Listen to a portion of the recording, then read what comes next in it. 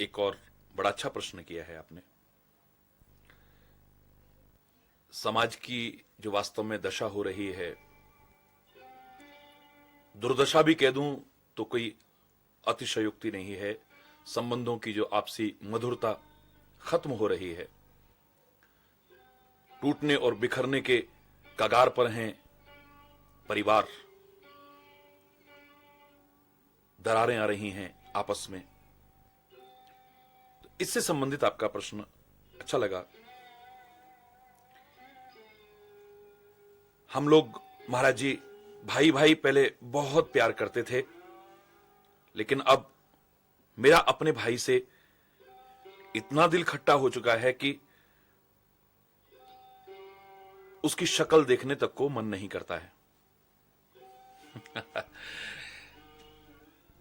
अगर आपने कहा कि भाई मेरा है, कैसी भी घटना यह भावना आपके मन में जागृत नहीं कर पाएगी। और यह बात आ रही है तो आपकी जबान ने अवश्य कहा है, आपके हृदय ने अभी तक स्वीकार नहीं किया कि वो मेरा है।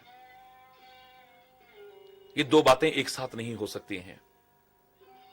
कभी भी गहराई से विचार करके देखिएगा, जिसको मैं मेरा कह देता हूं, वो चाहे कितना भी मुझे कष्ट पहुंचाने की कोशिश करे, मेरे मन में उसके प्रति कोई दुर्भावना नहीं आएगी।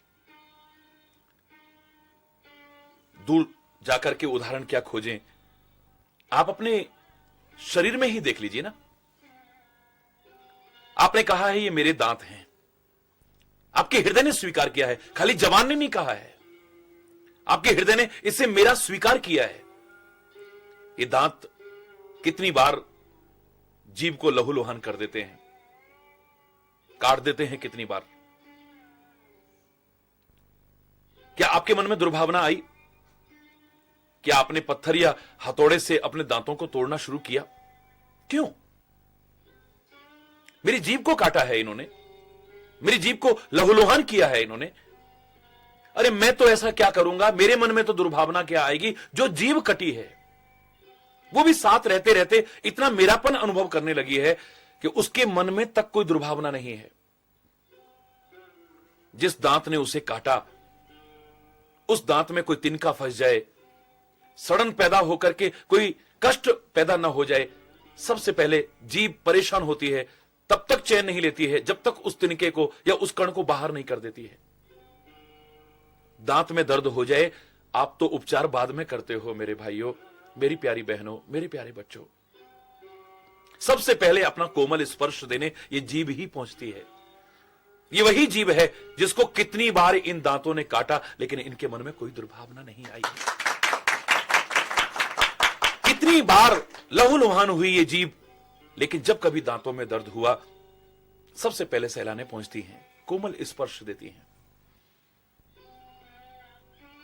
कभी कोई तिनका फंस जाए, कोई कण आ जाए, सड़न पैदा ना हो जाए, दुर्गंध पैदा ना हो जाए और कोई कष्ट ना हो जाए, उसे चैन नहीं आता जब तक इन दांतों से उसे बाहर नहीं कर देती है। आपकी आंखों ने भगवान न करे कभी धोखा दिया और आपको ठोकर लगी, सिर फट गया। भगवान न करे कभी ऐसा हो। मैं तो एक उदाहरण बता रहा हूं। क्या आप अपनी आंखों को दंड देंगे? कितना बड़ा नुकसान पहुंचाया है, लहूलुहान कर दिया है। क्या आप अपनी आंखों को दंड देंगे? मेरा प्रश्न है आपसे। नहीं देंगे। क्यों? मेरी आंखें हैं, मेरी अपनी उंगली लगी और आंख में चोट पहुंच गई।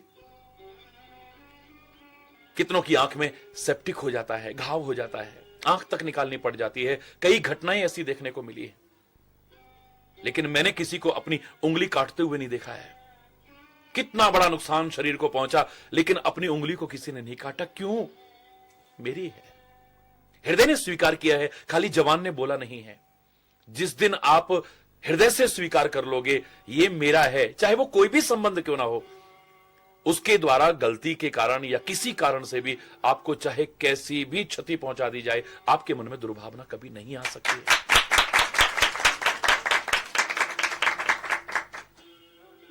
आपके मन में दुर्भावना नहीं आएगी। फिर आप में और उसमें फर्क क्या रहा? अगर मान लो उसने कुछ गलत किया भी और आपने भी अपने हृदय में ऐसी भावनाएं ले आए, तो हकीकत यह है, मैं अगर एक शब्द में कह दूं कि हमारे तन आपस में मिलते हैं, हमारे दिल नहीं मिल पाते हैं। और शायद यही कारण है कि हमारे संबंधों की मधुरता एक दिन खत्म हो जाती है, दरार आने लगती है हमारे संबंधों के बीच में। हमारे संबंध टूटने और बिखरने की कगार पर पहुंच जाते हैं। दुनिया का कोई भी संबंध क्यों ना हो, मात्र अगर तन मिले हैं, हृदय नहीं मिले हैं, तो तन भी कब बिछुड़ जाएंगे कोई पता नहीं है। शायद इसीलिए ईश्वर की कृपा से, याद कीजिए जब मैंने उर्मिला शब्द की व्याख्या की, बहुत दिन तक प्रसंग चला था, मैंने इतना ही कहा था, कौन महिला आज इतना साहस करेगी। पहले तो मन में आएगा और पति से भी कह उठेगी, देखिए वो आपका सौतेला भाई है, आपका कोई सगा भाई तो नहीं है, आप बीच में ना आना, वनवास उसको हुआ है। फिर वनवास उसको हुआ है, आपको तो नहीं, आप क्यों जा रहे हो। चलो और अच्छा कोई चिंतन रखेगी महिला तो इतना कह सकती है, चलो मैं सौतेला बेतौला नहीं मानती हूं, भाई भाई होता है। फिर वनवास उनको हुआ है, आपको नहीं, चलो इस बात को भी छोड़िए, आपने सोचा 14 वर्ष मैं कैसे रहूंगी आपके बिना। 14 वर्ष कोई छोटी अवधि नहीं है, एक बहुत लंबा अंतराल है। और खासतौर से उनके लिए जो आपस में प्यार रखते हैं, एक दूसरे के बिना रहना नहीं चाहते हैं और रह नहीं पाते हैं, उनके लिए 14 वर्ष, 14 वर्ष तो क्या, 14 क्षण भी बहुत भारी पड़ते हैं। संबंधों की मधुरता ना हो, आपस में कड़वाहट आ चुकी हो, कटुता आ चुकी हो संबंधों में, तो हो सकता है 14 वर्ष तो क्या 24 वर्ष के लिए भी आदमी कहने को तैयार हो जाएगा, अच्छा है कम से कम इतने दिन चैन से तो रहेंगे, ये कलेश झगड़ा अशांति से तो बचेंगे हम। नहीं कोई बात नहीं, आप जाइए, यहां तो इतना प्यार है आपस में, एक दूसरे के बिना रह नहीं सकते हैं। फिर सहर्ष तैयार हो जाए भेजने को, एक बार प्रतिवाद नहीं कर रही है, आखिर क्यों, कैसे संभव हो सका। उसके लिए विचार कीजिए। मुझे लगता है कि उसका नाम ही बता रहा है, उसका नाम है उर्मिला। वो कहती है तन किसी कारण से अगर कुछ समय के लिए दूर भी रहे, अगर हमारा उर मिला है तो तन भी एक दिन मिल जाएंगे, और अगर तन हमारे मिले रहे आपस में और उर ही ना मिला तो तन भी कब बिछुड़ जाएंगे कोई पता नहीं। चाहे वो पति पत्नी का संबंध हो, पति पत्नी का संबंध हो, भाई भाई का संबंध हो, मां बाप और बच्चों का संबंध हो, मित्र मित्र का संबंध हो, समाज में कोई भी संबंध क्यों ना हो, तन से आप अगर मिलके रहते हैं, आपके दिल नहीं मिले हैं तो आपके तन भी कब बिछुड़ जाएंगे कोई पता नहीं है। और अगर आपके दिल मिले हैं, तन किसी कारण से अगर दूर भी है, कोई नौकरी की वजह से कहीं पर रह रहा है, कोई पढ़ाई की वजह से कहीं रह रहा है, कोई कोर्स करने की वजह से कहीं रह रहा है, कोई किसी मजबूरी की वजह से दूर है आपसे, तो भी दिल में एक आस रहेगी, उसकी याद रहेगी, वो प्यार बढ़ेगा, कम नहीं होगा कभी, आपका संबंध टूटेगा नहीं कभी। आमतौर से हमारे प्रश्न होते हैं, आज तुम्हारा जन्मदिन था, तुम्हें क्या मिला, अपने भाई से, अपने पति से, अपने मां बाप से, अपने बच्चों से। कोई कहेगा हमें सोने की ये चीज मिली, कोई कहेगा हीरे की ये चीज मिली, कोई कहेगा ये कपड़े हमें मिले, ये सा मिला वैसा मिला, तुम्हें सब कुछ मिला।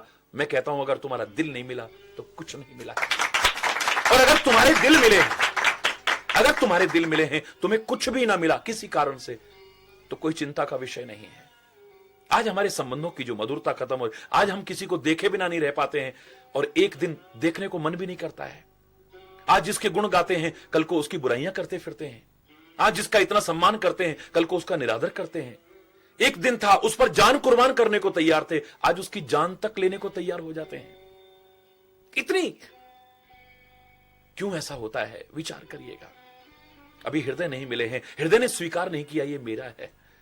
जिस दिन आपके हृदय ने स्वीकार कर लिया ये मेरा है, सामने वाला चाहे कैसा भी आपके प्रति करेगा, आपके मन में कोई प्रकार की दुर्भावना नहीं आने वाली। बचो इन खटाइयों से जो जरा जरा बातों में आप लोगों के दिलों में आ जाती हैं।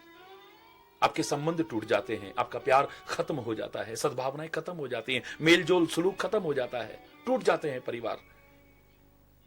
ईश्वर करे आपके हृदय में ऐसी भावना जागृत हो कि आप लोग मिलजुल करके रह सके, सुखी, समृद्ध, खुशहाल रह सकें।